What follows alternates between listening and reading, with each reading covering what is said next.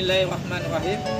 Saya Irfan, siswa Setupa Replika Polri, hari ini menyerahkan santunan dari seorang anak yang diniatkan untuk orang tua beliau, yaitu almarhum Ibrahim bin Karim, kepada Tunku Lukman Hakim yang sedang menuntut ilmu di pesantren Darul Aman Tanjung Dalam, Kecamatan Langkahan, Kabupaten Aceh Utara.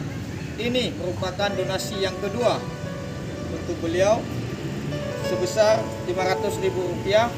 Semoga adinda kita ini dengan adanya santunan ini bisa melanjutkan pendidikan dan memenuhi kebutuhan beliau sehari-hari, dan yang memberikan mendapatkan syafaat dunia dan akhirat, dan orang tua beliau ditempatkan di sisi Allah Subhanahu wa taala. Amin ya rabbal alamin.